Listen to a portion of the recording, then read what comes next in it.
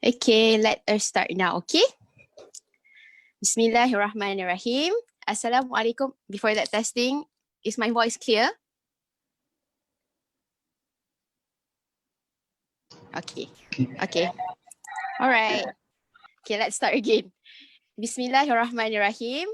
Assalamualaikum warahmatullahi wabarakatuh and welcome back to our next webinar. I hope everyone is more energized after the morning tea break tadi. Dah makan kuih kan? And get ready for another fun-filled webinar. Before we start this webinar, it's appropriate for me to introduce myself first. My name is Syahrul Badaria binti Aminuddin. It's quite a long name, but you can call me Badar. However, I was not one of Badar member dulu. I am 21 years old, same batch as Faiz tadi, from SPM year 2016. And currently, I am pursuing my third year degree in Bachelor of Medicine and Bachelor of Surgery in University of Mansoura, Egypt. Okay, inshallah, I will be flying off back to Egypt in several days. Please pray for me, okay? Okay, so that's all from me. For more inquiries, just follow me on Instagram. Okay, just joking. Okay, today I am really excited to be hosting this webinar as this one session will be watched by all 280 students at the same time. Macam tadi macam korang kena split kan? But now this one is at the same time. And we have a special assignment at the end of this webinar.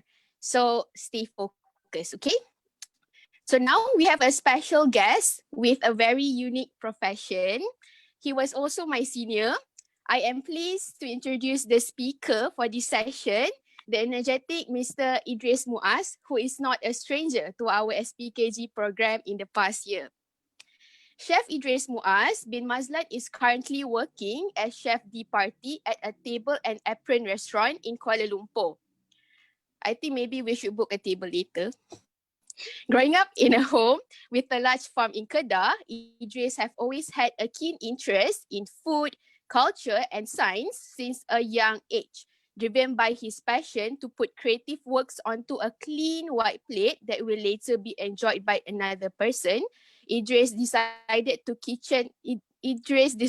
on dedicating to the kitchen life.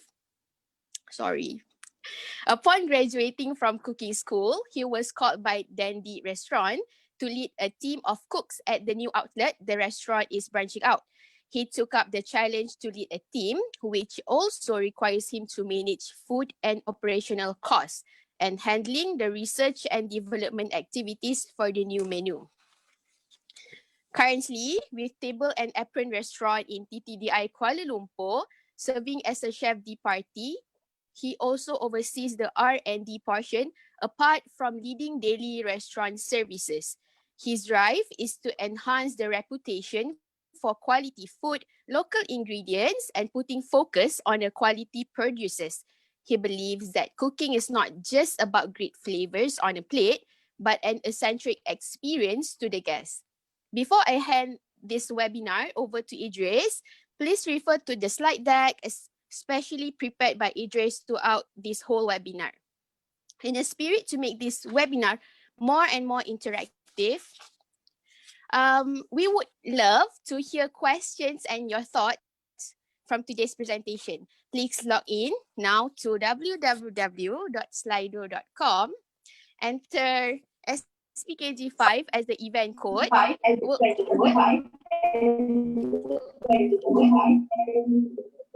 Why am I hearing voices? Okay, www.slido.com, enter SPKG5 for the event code.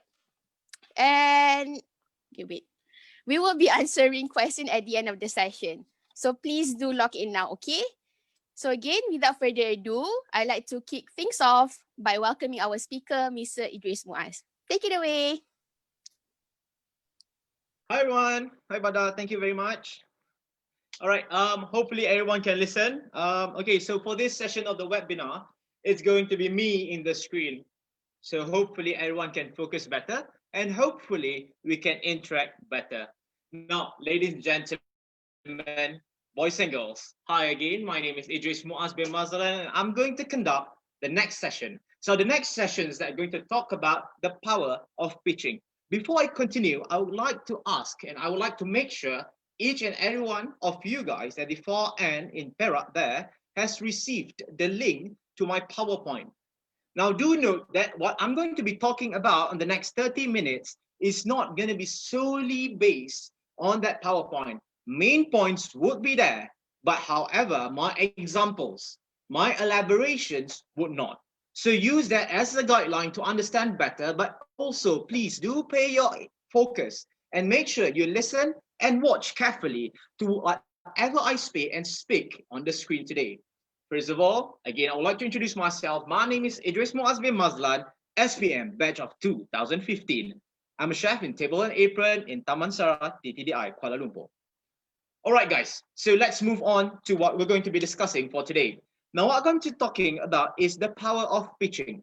Now, you've gone through a few sessions just now in the morning about post-pandemic, what do we have to do, about be chatty, how to talk, how to communicate, about how to dress up, about how to write certain things that you need to include in your CV, in your resume, yada yada yada, all those things.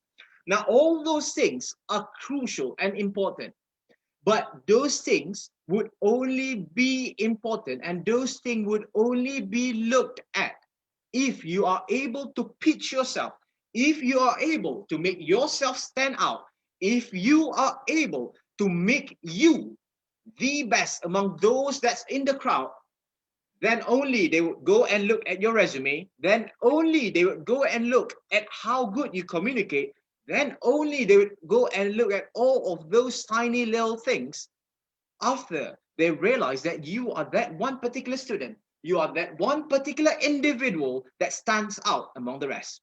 Now, ladies and gentlemen, I'm going to be covering a few things today. Pitching is the main topic. What I'm going to be talking about is what is pitching all about, the recipe of a good pitch, not to do and what not to do, the how on pitching, and pitching, the aftermath. What is it that you will be getting if you perform a good pitch? Now, ladies and gentlemen, for the next 30 minutes, it's going to be everything about a guide on knowing when to talk what and what to talk when. Next slide. So again, I would like to introduce myself. I'm a chef de partie with a pitch philosophy.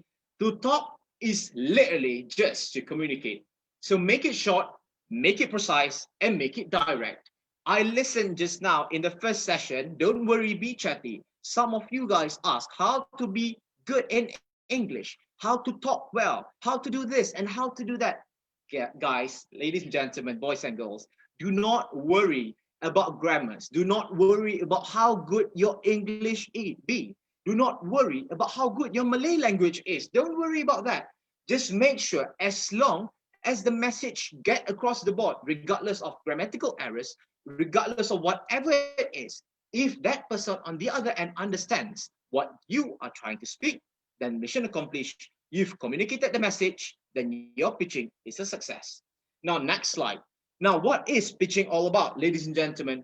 Now, some of you guys might be asking, why? Why do I need to learn how to talk? It's just talking. I do it every day. I do it with my father, my mother, my friends, my teachers, my sister, my cat. I talk every single day. So why do I need to learn? Why do I need to go through a 30-minute session just to learn how to talk?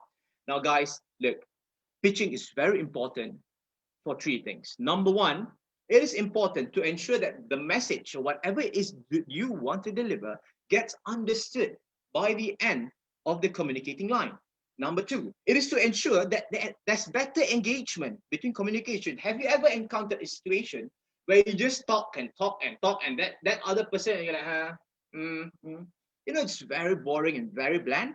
So this is important. Pitching is important in that sense. It makes that engagement between the listener and the communicator better.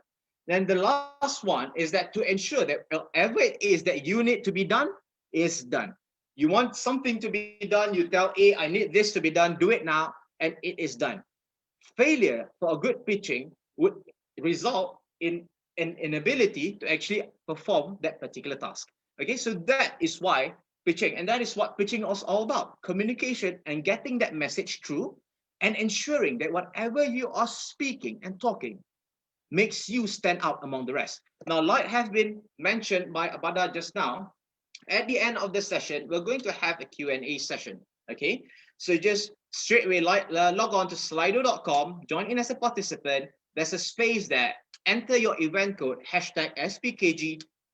SPKG5. You can ask anything and everything. Communicating, English, Malay, how to do a good speech, how to be a good presenter, how to gain confidence, anything and everything. Just slide your question in, and I will answer it at the end of this session.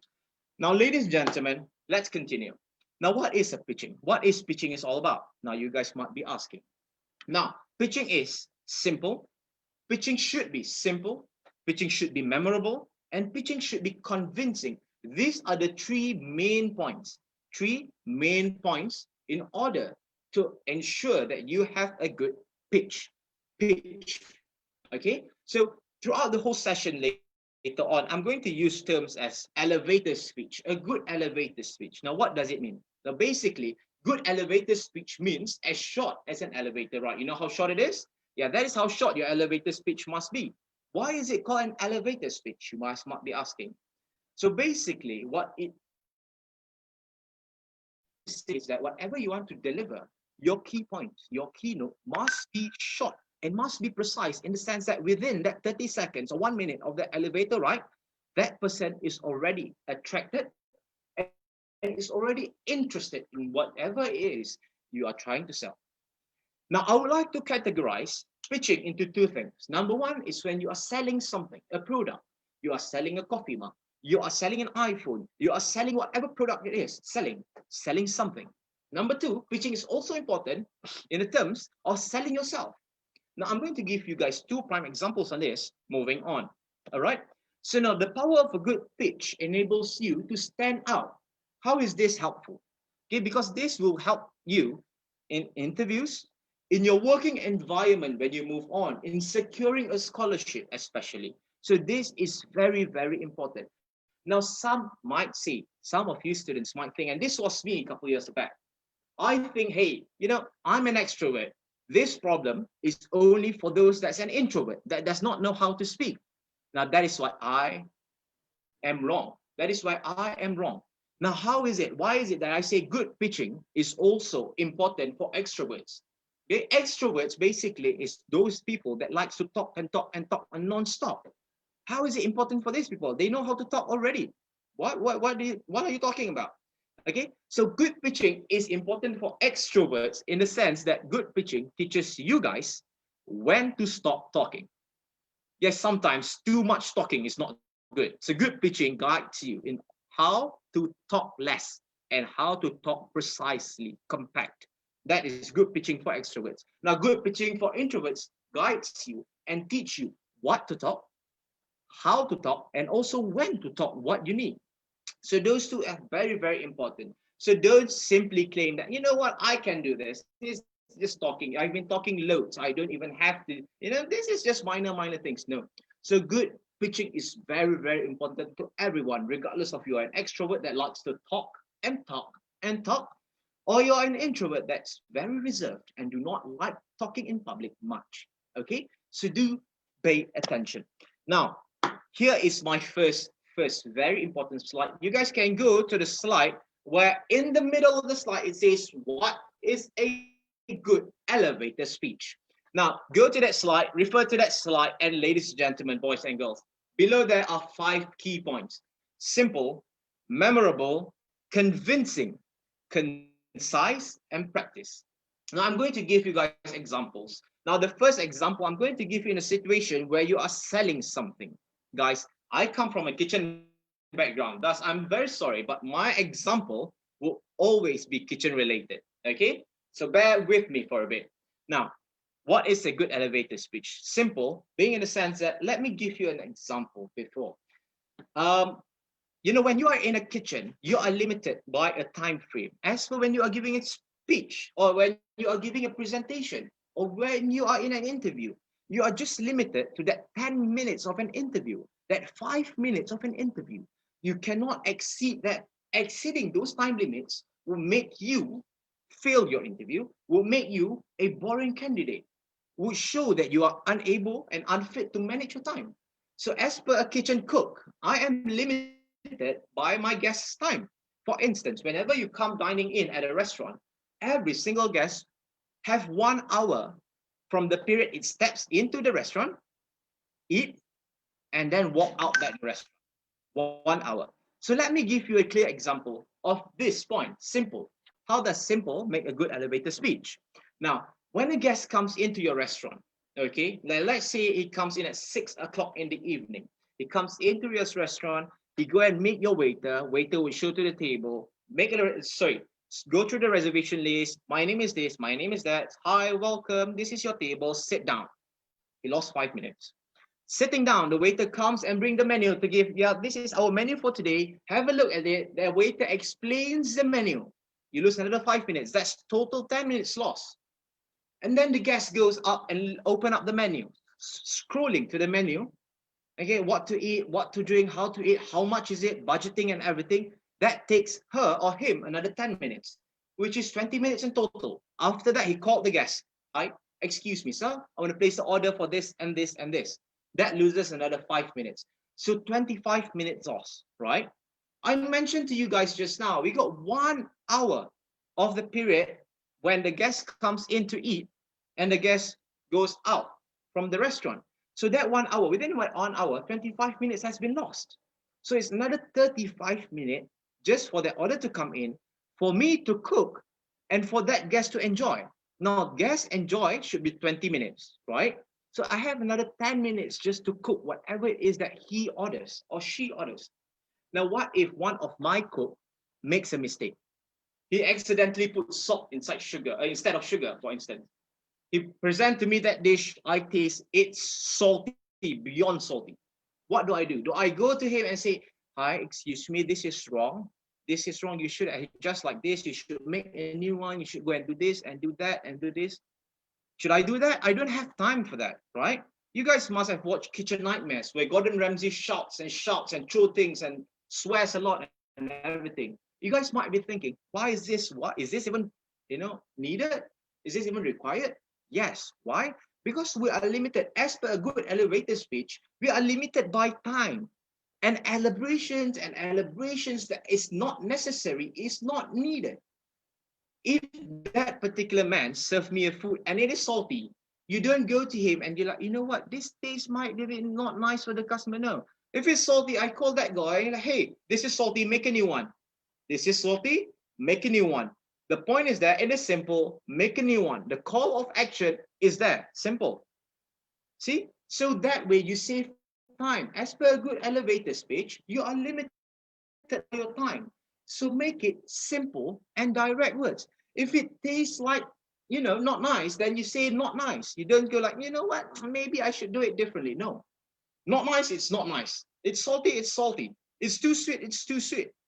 Direct and simple words gets your message clearer and faster to the receiving end. So that is your first example of the point of being simple with a good elevator speech. You don't use big words, you don't use complicated terms. Simple, straightforward. Next would be memorable and convincing. Okay, so memorable and convincing, I learned this particular points 2 years back. When I was cooking in the kitchen, my head chef came to me and he pat me on the back and go like, hey, Idris, cook me a dish out of nowhere. No warnings, no heads up, no nothing. He come to me, hey, Idris, cook me a dish. I go like, okay, what do you want me to do? And he say, anything. Anything. I was like, what do you mean anything? And then he just walked away, went into his office. So I, clueless, not sure what to do, went into the kitchen and found a salmon that is very, very bright orange. I say, I want to use this. I take this out, go into my kitchen, cook. I spent 4 hours cooking that dish. 4 hours cooking that dish. Upon completing that dish, I went into his office and go, chef, this is the dish you asked me to prepare. I presented that dish to him, and he asked me 2 questions. The first question is, Idris, what is this? And I explained to him clearly what I've created, what is the inspiration, the Mediterranean Sea, how the spices influence, yada, yada, yada, all those things. And you're like, okay, that's interesting. Second question, he asked me, why is the salmon orange? Me, I was shocked. I was taken aback. I can't answer that. Why is a salmon orange? I do not know. I'm just a cook. I'm here just to cut, just to cook, and just to serve, and that's it. I can't answer why is a salmon orange. I do not know that. He asked me that. And I can't answer, obviously. I said, I'm not sure, chef. I can go find out. You know what he did next? He picked up the plate, he walked to the trash can, he threw everything, and he asked me that. He looked me dead in the eye and he said, Idris, you are serving me something that you don't even know what it is. How do you call yourself a good chef? And he hands me the plate. He said, wash it up, clean your kitchen, pack your knife bag, and go back. And he walks out of the office. My ego as a chef was crushed to the ground. So I went back and searched. And apparently I found the answer. That salmon is actually orange because of the diet. It eats prawns, prawns eat algae, and algae carries a pigmentation that is as similar as the pigmentation that's in a carrot. So that is why, because of the diet, salmon becomes orange. I know this. Now I know this. So what if during that presentation itself of the food, I was able to bring this fact up? I present this food, the food is like this and like that, and this salmon is orange because of this particular fact. Me, if I were to be listening to that particular fact, that convinced me, number one, convinced me in the sense that this chef know what he is cooking. I'm convinced. And number two, that is a fact that not many know. And it attracted my attention. It became something that I would remember for the rest of my life. This chef just presented to me and informed me, why is the salmon orange? It's memorable. So first you got simple just now, use direct words. Second, make it memorable and convincing. Concise, make it short and packed. If you are describing a food, for instance, you don't go, and if you're describing nasi lemak, for instance, you don't put a plate of nasi lemak there to a white person, someone from UK or something, okay? You don't introduce to him or her nasi lemak in the sense that, oh, this nasi lemak is very, very flavorful, yada, yada, yada. Don't use big, big words. You just say this is a fragrant rice. It's a traditional thing. We serve it with ikan bilis, with this, with that, with this, with that. Answer. Make it short, make it packed, and make it interesting enough, concise. And how do you achieve all these four things? It's by the fifth point, practice. Practice, practice, practice, and practice. The consistency that you have throughout the whole practice will enable you to perform a good elevator speech with all the 5 elements in it. Simple, memorable, convincing, concise, and practiced. Those are the performing a good elevator speech. All right. So let's move on. So that is about selling products, right? Selling products when you're promoting something or when you're doing a presentation. Make it simple, make it memorable, convincing, concise, and practice. Now, what if, let's move on to the next slide. Slide number 9, which is tell me about yourself. Now, this is the single most asked question by any interviewer, regardless of its HR, regardless of it's a petroleum engineering company or something, regardless of it's a restaurant. Tell me about yourself is always the question to go to by an interviewer for a candidate to answer. Now, it's a very simple question. It's very basic. It's very straightforward. You just have to talk about yourself. Nothing hard about that. But remember this, whatever you say after that question ends, after he asks, tell me about yourself, whatever you say determines whether that whole interview is going to be good or it's going to be soft, really, really bad. Totally up to you. So what do you say? How can you say? Now, in this world, there are 2 types of people that will answer this question in this particular manner. And this is common. This is very common. Now, this is how you start off with a bad impression. Tell me about yourself. So I'm the interviewer. So like, tell me about yourself. And as a candidate, you're like, hi, my name is Idris Muaz bin Mazlan. I'm 22 years old. I come from Kedah. I studied in UiTM Pulau Pinang. I have experience in So he goes in that manner, very one by one by one. Is that correct? Yes, it's correct. Because he asked me, tell me about yourself. That is who I am. Is it wrong? Nothing wrong is that. Nothing wrong at all. But was he able to achieve a good pitching by informing those things in that particular formal manner? Is the objective to ensure that that particular interviewer listens is being accomplished? Will he really be interested if I go and just say, hi, my name is Idris, I am 22 years old. Nothing is interesting about that. Nothing, literally. If I were to interview a candidate and that particular candidate tell me about herself or himself in that particular manner, it's a it's a total shutdown. Okay, nothing is interesting. But that's normal.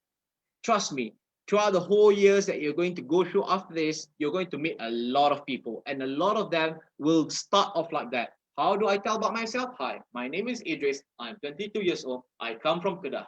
Those information, remember, those information is already stated in your CV, is already stated in your resume.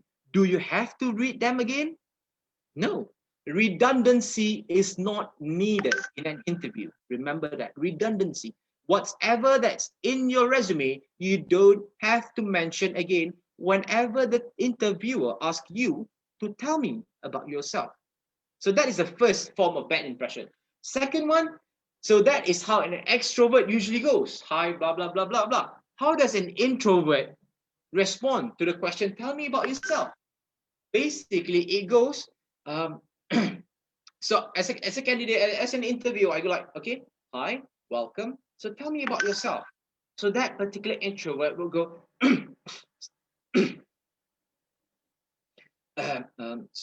what do you want to know? My name, did you get my resume? Okay. What else do you, I mean, my name is, my name is, so it starts. You go like, it starts correcting the shirt, it starts correcting like that, and then the hands start moving, and then it starts, I'm not sure what to say. That is the second way of giving a bad impression when people ask, tell me about yourself. Okay, so those two, I mean, like some of you guys might like, this is normal, but trust me, throughout your life on later, you will encounter two types of these people I've just mentioned a lot of times. I'm not even joking, a lot of times. Now, how do you perform a good pitching right from the start? As soon as this particular interviewer asks, tell me about yourself. Now, I give you a situation. Now, let's put interview aside. Let's imagine we're in a food fest, okay? Food fest. Festival, loads of food, loads of people, different people. You got a Chinese guy there, Indian guy there, a Malay dude there, an old grandpa there, a baby here, a white people there, a black guy there, everywhere. Different, diverse community, loads of people, different types of food fest, okay? So you're in that particular situation. I give you three types of method on how to make a good first impression with good pitching. The first one would be, the first one would be questions. Ask questions that is related to that particular individual or the situation. I give you an example. In a particular food fest or in a social event, you meet three people, you saw three people that you would like to approach.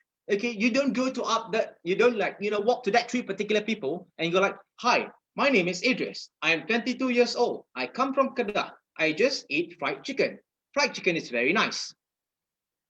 Best bet, my best bet would be those three people that's listening to you would walk away and act as if you didn't exist at all.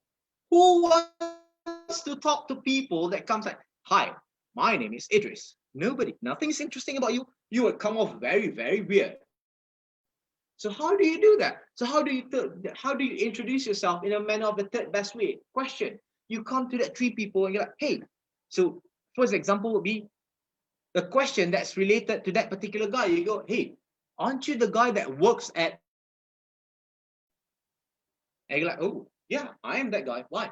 Like, oh, I love your food. I love.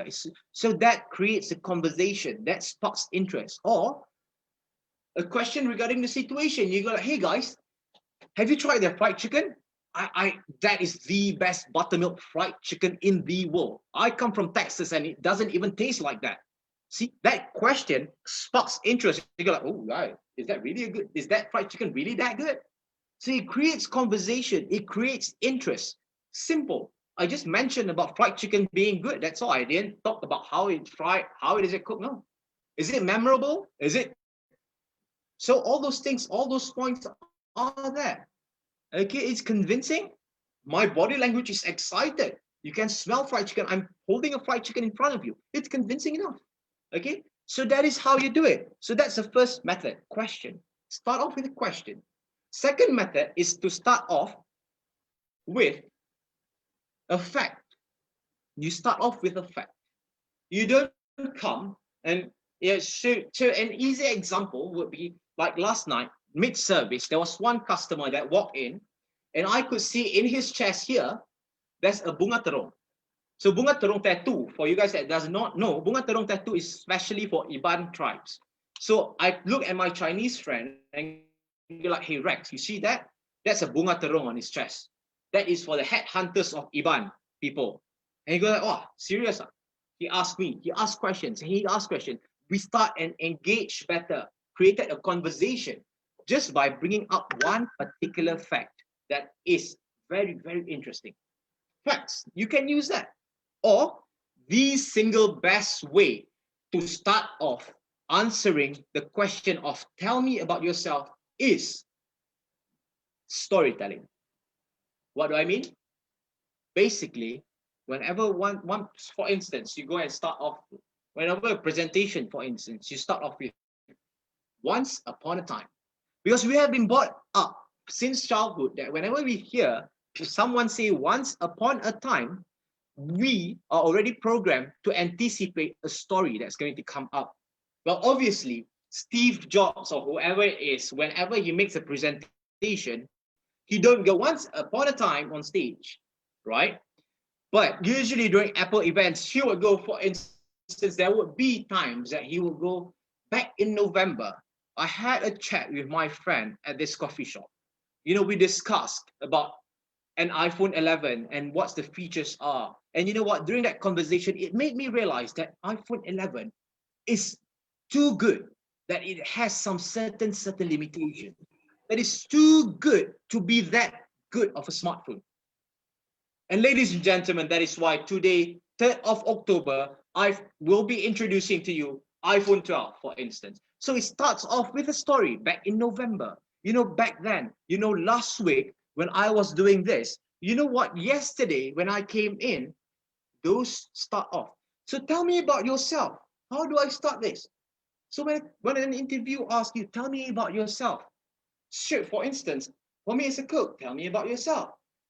When I was a kid, I have always been impacted by a cook that's lived across the street from where I am. He just sells nasi lemak, but he puts his passion, he puts his energy, and he puts his dedication into creating the single best nasi lemak. And that memory is with me up until this very day. And for that reason, it motivates me to become a better cook. Ladies and gentlemen, create a story, something that is relatable to you. Make the interviewer attracted to whatever it is you guys are going to be talking about. So again, the third best way would be questions. The second, facts. And the single best thing is story. Come up or remind or tell them stories that has relation to whatever it is that you guys are talking about. That is how you nail the question of tell me about yourself. That is how you perform a good pitch upon answering the question of tell me about yourself. Now, again, what are the points? Who are you? So make it simple. I am a cook. Straightforward. Everyone understands that. Make it memorable. I'm a part of the Malaysian culinary team, you know? So that makes like, oh, wow, this guy is big. How to convince people that this guy is a good chef. I won a silver medal in a competition that is national level back in 2018, 2019. You're like, oh, these guys have qualifications. It's very good. It's proven. He is a good chef. Concise. Keep it packed. Keep it simple. And practice consistency. All right. So now, keynotes to a good elevator speech. Now, what is the problem that is being discussed? What is the topic? What is the issue? Identify those things. Upon understanding that, you would be able to study facts. You would be able to identify your selling points and your key features. What next? How? So take action, call to action. Upon knowing and upon letting all your people know, the interviewer, upon letting your listeners know that whatever it is that you've been discussing, or why, or what, or fact, tell them what is it that you are going to do, what is your action plan, what is your call to action. Going to hire, going to vote, purchase, yes, no, why, all those. Now do understand the next slide, on slide number 12, I've already inserted 4 key points for you to ease and help you guys and guide you guys to understand better. Number 1 is called relevance. Number 2 is quantifiable. Number 3 is passion. Number 4 is strength and trajectory. Now, relevance means that whatever it is that you're going to say, your elaboration has to have deep and insightful meanings to what is offered. For instance, an easy example would be, I cannot talk about pizza when I know nothing about it, and the only bread that I've been eating is gardenia and roti canai. Definitely, I can't talk about pizza. I know nothing about it. So relevance. If I would talk about bread, I need to talk about roti canai. I need to talk about gardenia. I can't talk about pizza. That's not my thing. Relevance. Make sure, and that roti canai must have deep meaning to you. What does it mean to you? Relevant. Quantifiable, again, proof and facts. Those figures plays a vital role in convincing people this guy knows what he is talking about. Next, passion. Again, if I am not passionate, if I were to ask you guys to talk about food, you guys definitely won't be able to talk about food as good as how I talk about food, because I have that passion in me. For instance, I ask you guys to sell a cheesecake. An easy example. For common people, go like, okay, this is a cheesecake. It's very creamy. It's nice. It's delicious. Here's the feedback. You see, the feedback is very good. See? So those people without passion may more or less describe food like that. But give a cheesecake to me. Let's say, okay, cheesecake. So how do I describe a cheesecake? So I'll go like, hey guys, so I have a cheesecake over here. Now, this cheesecake is the single best cheesecake in the world. You know why? Because this cheesecake, and the center of the particular cheesecake is gooey, it's creamy, it's milky, and not just that, that's the center of it. On the outside of it, it's compact, it's very mouthful. And not, you know what? That particular cheesecake, that occurs on the sides of the cheesecake gives you that sweetness, and the crust gives you the burnt note, that bitter note taste, and the cream, sour cream, and the cream cheese give you a sour taste. The balanced note of the flavor, sour, bitterness, create a balance and a wholesome experience when you eat that particular cheesecake. So ladies and gentlemen, put passion into whatever you are trying to say. It will create a better pitch. Lastly is strength and trajectory. Whatever you say, whatever it is that you say, must have a call to action to it. So before we end, pitching are communication tools that can be used to attract attention, to gain trust, to convince someone of what you believe is true. So remember that. So pitching is very important in that manner. So, all right, I believe I've come to the end of my presentation, of my sharing session. Now, as Bada mentioned just now, we have a pitching exercise for all of you guys. So all 280 people, I hope you guys are still with me. Now, I was informed that you guys are sitting in classes right now at the moment. Now, this pitching exercise requires you to do this particular exercise in your homeroom. Okay, so what is it about and what are we going to be doing next? So on page 15, if you guys can turn on to page 15, the topic to be discussed for the pitching exercise is, now rumors has it that Apple is going to be launching iPhone 12 on October this year. All right. Now, what if I tell you there will be one out of the whole 280 students of you guys that will be chosen for that particular gift once it is launched, an iPhone 12 for any one of you guys out there. Now, your job is to convince us how is it that that particular iPhone is good for you? How is it that you can use that iPhone in different manners? And what are the key features of that iPhone that is so important that you need it so much?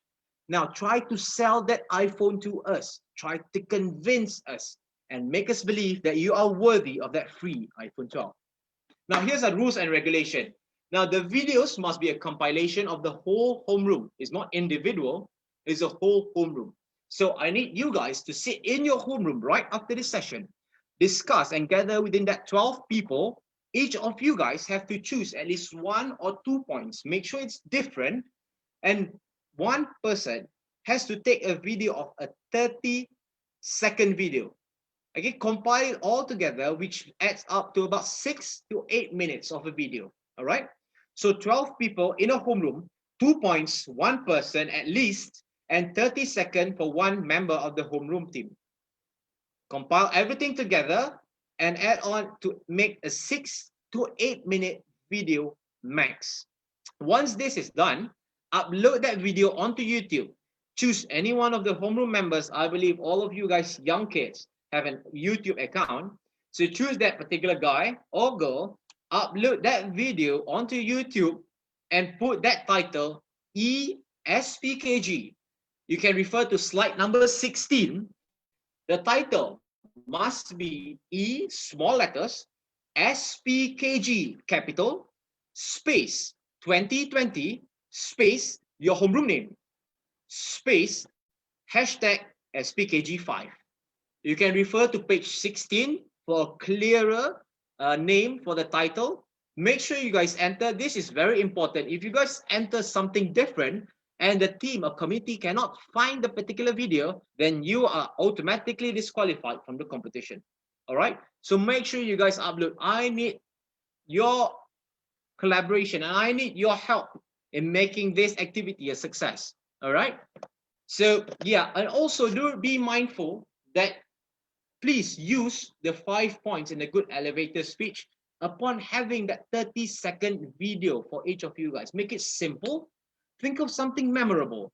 Try to convince us. Make it concise, short and packed, and make sure you practice beforehand. Okay? Again, split into homerooms.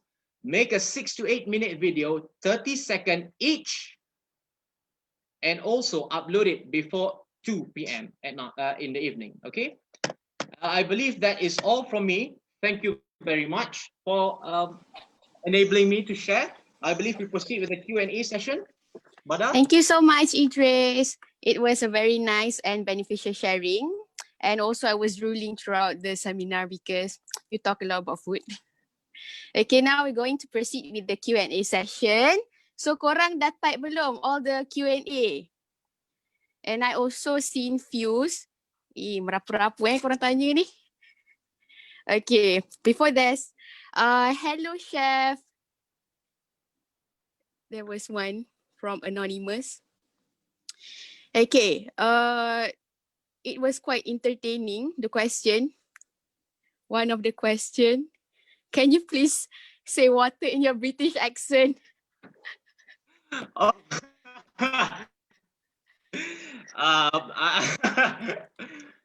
Don't mind that question. Okay, let's just focus on the right question. Okay,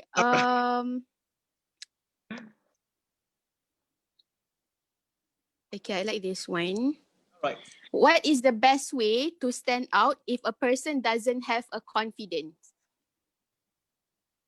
Okay, what is the best way to stand out if a person does not have confidence?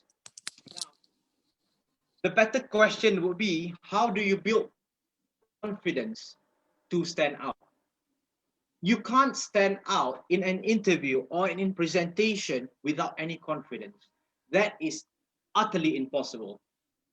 The better question would be, how do you build confidence to be able to stand out? That is something that you guys have to understand. The question is, basically what you are asking me is, how to drive a car without tires. It definitely won't work. You need to have tires for you to be able to drive a car. All right. So how to build confidence? That's a better question. The first one, what you can do as a student is to try and practice, practice, practice, practice. I believe that Kak Eza also mentioned just now in the beginning, to be able to communicate well during a presentation or during an interview, you must practice, be it with your friends, be it in front of your mirror, be it with your teacher or with your counselor, whatever it is, in whatever manner you have, be it just watching YouTube videos.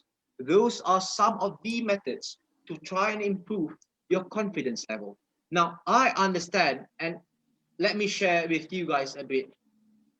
I'm sorry if any of you guys are offended, but part of the Asian stigma, particularly Malaysian as a whole, we are too scared of making mistakes. One thing is, if I see this, is this going to be right? If I see that, is that going to be right? We think too much. We think of what people think of us too much. That is what limits us.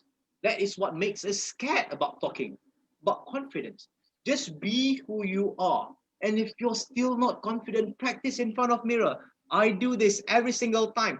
Up until just now, 11 to 11:30, while you guys were on your break, I turned on my camera computer and was speaking alone in my room for the whole 30 minutes just to whatever I want to speak is delivered with confidence. So practice, practice, and practice.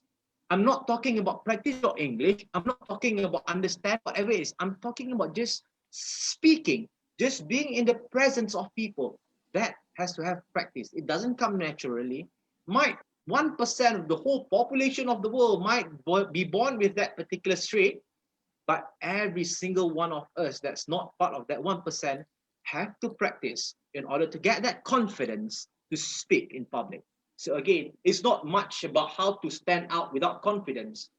In order to stand out, you need confidence. So it's a matter of how do you build that confidence to stand out in public or in interviews.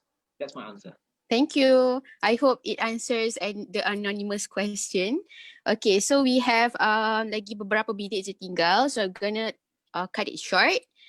Okay, another question. If I start my conversation with a question, do the interviewer feel that I'm annoying? Yeah. So there's a fine line. There's a fine line between, what is annoying and what is insightful. Obviously, if that particular interview is about, for instance, if that someone comes to me for an interview for a job, okay, I would be offended and I would be annoyed if the question is, oh, so what is the food that you guys cook? I would be annoyed if someone asked me something like, oh, how good is the restaurant? That question is definitely annoying because you are coming to an interview to work at my restaurant, and number one, you ask me what do we cook, and number two, you are asking me how good is the restaurant. You are supposed to know is, and you are supposed to be able to put your standards up there. So, but what are the questions that are not going to be annoying? So understand, questions that are not going to be annoying would be questions that sparks interest. So questions like spark, obviously, what do you cook here does not spark interest at all. Obviously, how good are you? It's not a question that's going to spark interest. So what are the questions that sparks interest? Questions like, have you guys ever considered cooking Italian food? Or what type of cheese do you guys use at the restaurant? Or how do you guys outsource your type of meat? Where do you guys get your meat produced from? Those kind of question is very insight. I'm talking in the context of my interview at the restaurant. Okay, so an interview, for instance, how do you spark interest in an interview? Questions like, do you know why? Do you know why I accepted this job offer? Do you know why I came for this interview today? Do you know what interests me about this? Do you know what interested me? And what makes me interested the most about this particular company, sir? So whenever, for instance, an interview will ask you, tell me about yourself. You ask the question, do you know what's the most interesting part about this company that made me come today? So let me tell you, the fact that the company has done this, has done that really motivates me to be part of this company or to be part of working environment. It interests me a lot. So those kind of questions would definitely help a lot in terms of creating that interest in interview sessions. That's my answer. Thank you for the answer. Okay, so another one question je. Okay, I think everyone undergo this kind of situation because kita semua macam ada stage fright and all kan. So the question is, what am I gonna do if my speech suddenly stuck because I don't know the words in English? How do I gonna cover it? Yeah. Okay, so so you know, we have to understand this. Like I said just now, we Asians, Malaysian as a whole, I'm not sure Thailand people, Singaporean people, but Malaysian, as far as the people I've met, we have this fear of making something wrong. We have this fear of, saying the wrong words or, pronouncing the wrong words and things like that. Very critical stuff. Ladies and gentlemen, boys and girls, let me let you know something, an insight. My mom is a linguistics professor. My aunt is a translation professor. My grandfather, my grandmother, my uncle, all are within that linguistics community. Trust me when I tell you, it's very, very hard to be growing up and speaking English among these people, because whatever you say, regardless of, sometimes you go like, hey dad, I got this during my exam. What do you mean this? THESE is supposed to be THIS. I'm telling you some good news. Say congratulations for God's sake, things like that. So it's very hard. But then at the end of the day, my mom told me this, and she is a linguistics professor. Remember this. Communication is just about delivering message across the board. It's not much about how much grammar points you get or how good your pronunciation is, or regardless, those things definitely put weightage in confidence. You have good pronunciation, it makes you more confident. I don't know, points, it makes you more confident, but those are not the main thing. Those things could only be built up after years and years of practice. You cannot come out onto the stage first time and talk confidently. That will not work. It needs practice. So how do you cover up? Or what do you say when you are lost of words? You just use whatever. Nothing comes. Nothing comes. Try to engage the, what is it? The audience. Try to engage with the audience. For instance, I like to drink. What's that drink? What's that drink that's come out of the machine thing that you put coins in and then come like boom. What's the machine called? And then the audience will help you. That's engagement. You can use that technique, or you can go like, I can't recall this, but back on those days, to try to divert slowly. For instance, you want to tell something about a type of food you've eaten before. So I like to eat this food, but I can't remember what is it named. But back then there was also this kind of food and coffees and something like that. Those things are just really memorable. Try to divert your attention to somewhere else. That helps for me at least. Okay, but don't fear. Don't be too overcritical that when you can't remember something during the process of your talking, you have to I have to figure this out, and I can't continue unless I think and I remember this. No, there's no such thing. Just don't be scared. Try to divert. Try to dance around. Try to walk around. Things like that. Just be as relaxed and be as flexible as you can. And this again requires practice and practice and practice. Please, back to you, Bada. Thank you for the answer. I hope it answers everyone's question. Actually, we have a lot of questions. Walaupun regarding Sekuk or anything, it's very entertaining to read this. But we really have not enough time. I would say let's just wrap this up. Thank you so much for the interesting yet knowledgeable sharing for today.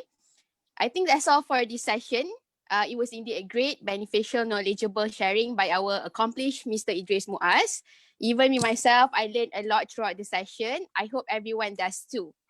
So it's been an honor to be moderating today's webinar. Thank you so much, everyone, for your attention. We wish you all a very good luck in your interviews and your future endeavors. Don't forget your assignment, okay? And Mr. Sabar nak dapat iPhone 12 tu. So that's all. Bye. Assalamualaikum. Thank you.